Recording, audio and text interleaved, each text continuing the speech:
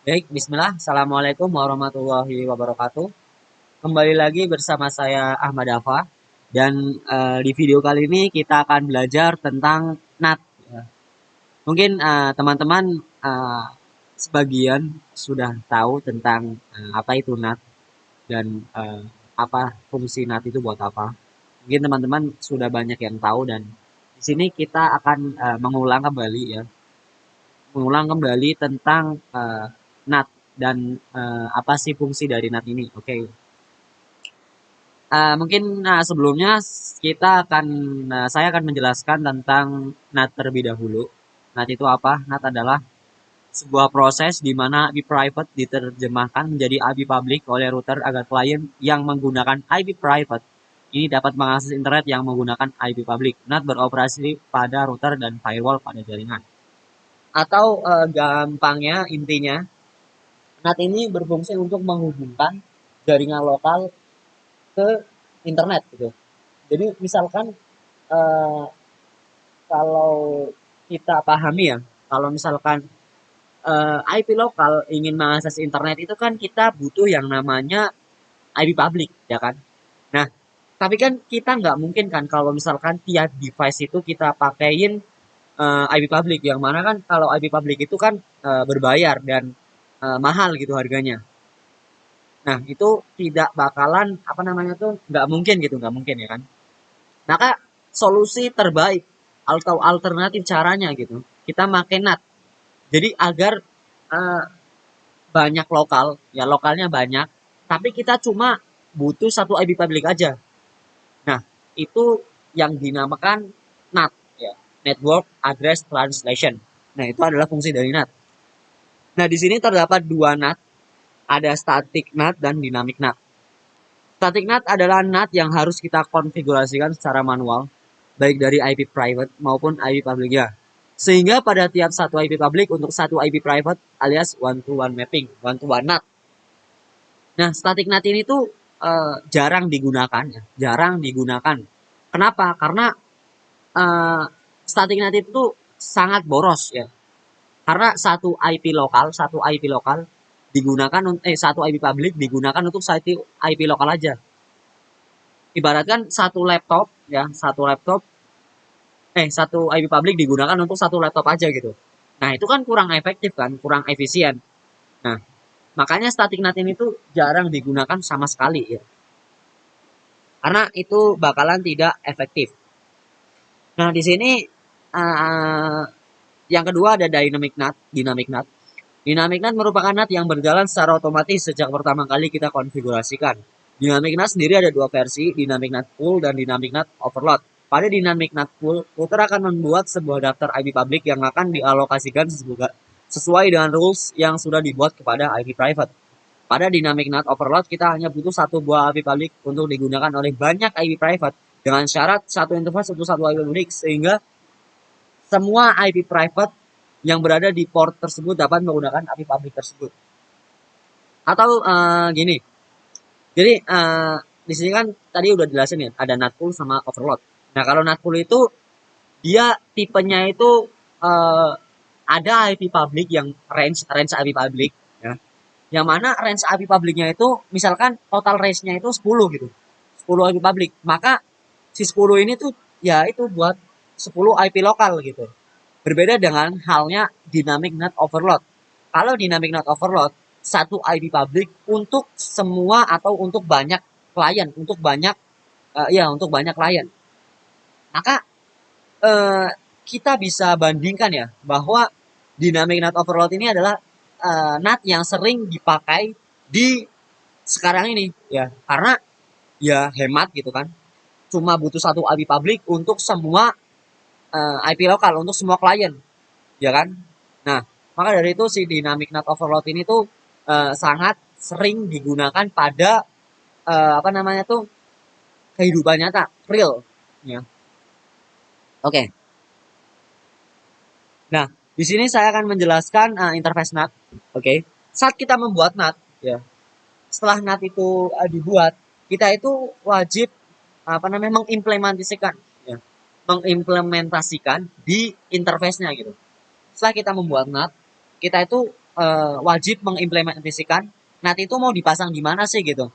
Nah, biasanya NAT ini tuh biasanya dipasang di interface. Nah, di sini ada dua jenis traffic ya, dua istilah, yaitu ada inside dan outside. Nah, inside ini dipasang pada interface yang mengarah ke jaringan lokal atau LAN atau IP private.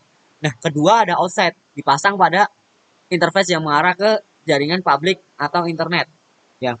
Atau misalkan inside itu yang ngarah ke lokal ya. Contoh lokal kan kayak ngarah yang interface yang arahnya ke laptop, ngarah ke PC dan lain-lain. Nah, untuk kalau outside itu ngarahnya ke internet, ngarahnya ke publik gitu, ke jaringan publik ya. Intinya bukan ke PC gitu. Intinya jaringan publik atau jaringan internet. Nah, kita akan mempraktekkan lab NAT ini dimulai dari static NAT terlebih dahulu ya. Nah, kita akan membuat konfigurasi yang simple dulu ya.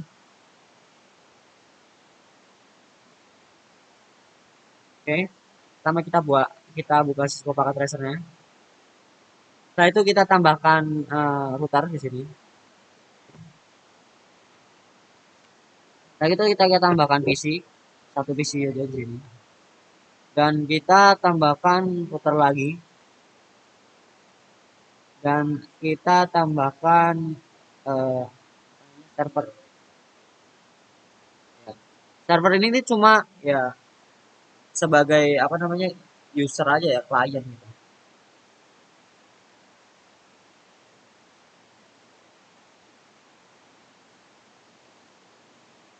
Ya langsung saja kita akan praktek. Pertama-tama kita hubungkan laptop kita ke apa?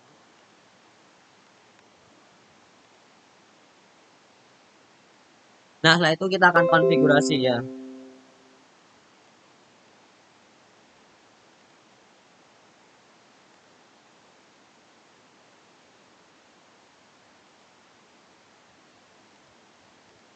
Oke, langsung saja. Enable, config, hostname, router 1, int, interface,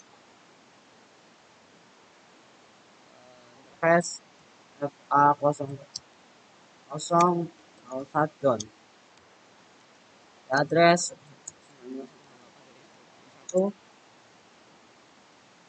0 1 addon address 1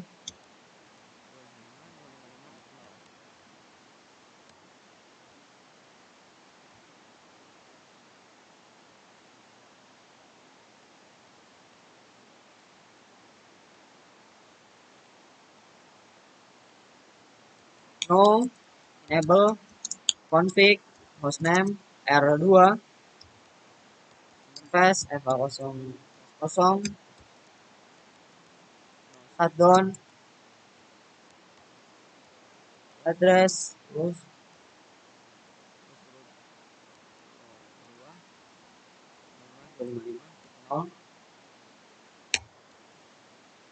interface F8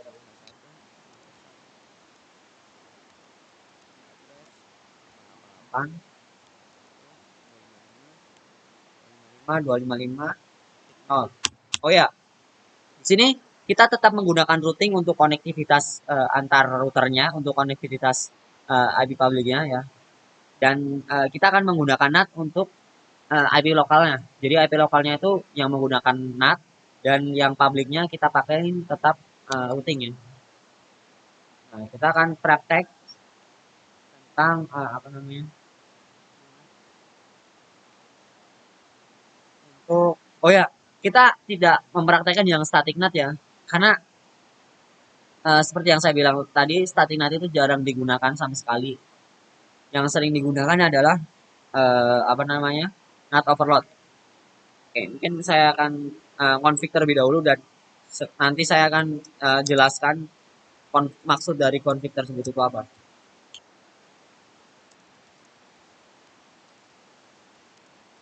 Satu,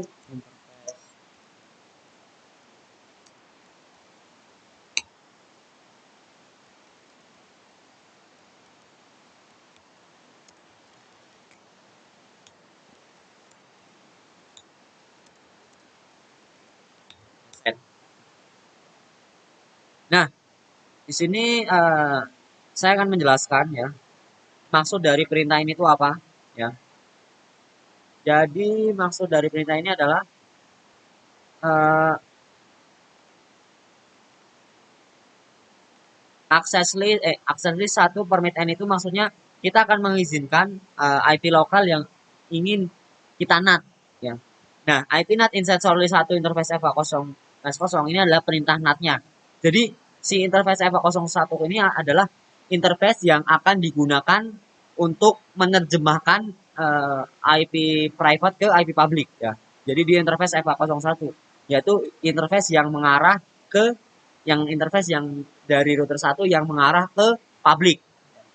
Nah, di sini FA00 ya, yaitu IP NAT inside kita terapkan uh, NAT overload-nya itu di uh, interface FA00 dengan statusnya inside dan di FA01 statusnya outside ya.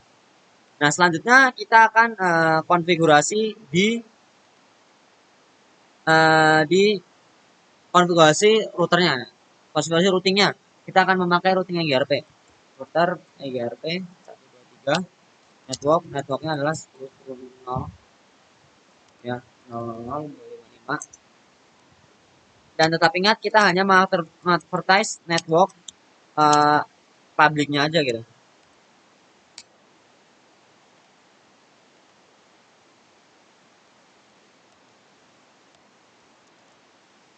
EGRP 123.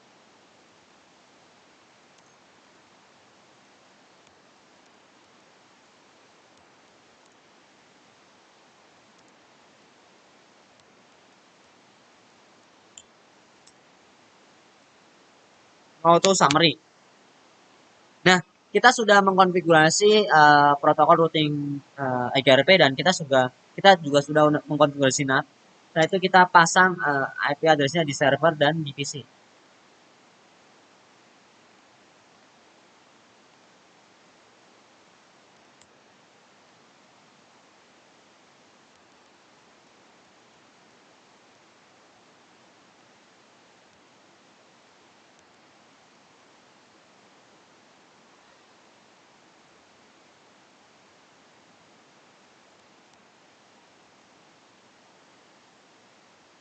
Nah, kita juga pasang di PC-nya.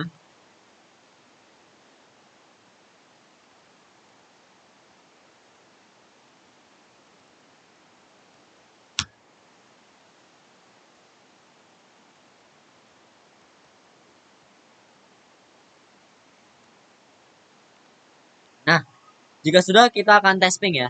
Kita akan testing. Pertama kita akan testing peer-to-peer-nya terlebih dahulu. Nah, sukses. Sukses.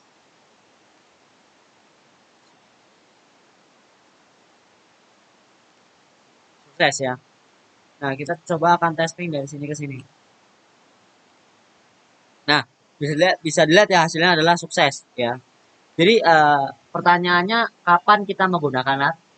Jadi jawabannya adalah di saat ketika ada jaringan lokal yang ingin mengakses internet dan di mana kondisi IP public kita itu minim ya. Maka NAT adalah solusi untuk mengatasi masalah atau kasus ini ya. Jadi NAT itu sangat penting lah buat kehidupan real gitu, buat di dalam sebuah jaringan. Maka dari itu teman-teman apa namanya belajar gitu, belajar tentang NAT ini ya, karena NAT ini sangat penting, oke? Okay? Dan mungkin cukup sekian dari saya. Mungkin kalau teman-teman ada pertanyaan bisa taruh di kolom komentar dan mungkin kalau misalkan teman-teman masih bingung lagi, teman-teman bisa chat saya di email maupun di akun LinkedIn saya yaitu Ahmad Dafa. Jadi mungkin uh, cukup sekian dari saya, kurang lebihnya mohon maaf.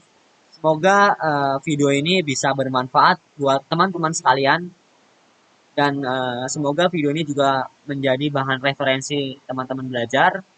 Cukup sekian dari saya, kurang lebihnya mohon maaf. Jangan lupa like dan subscribe. Saya Ahmad Dafa, izin mengundurkan diri. Assalamualaikum warahmatullahi wabarakatuh.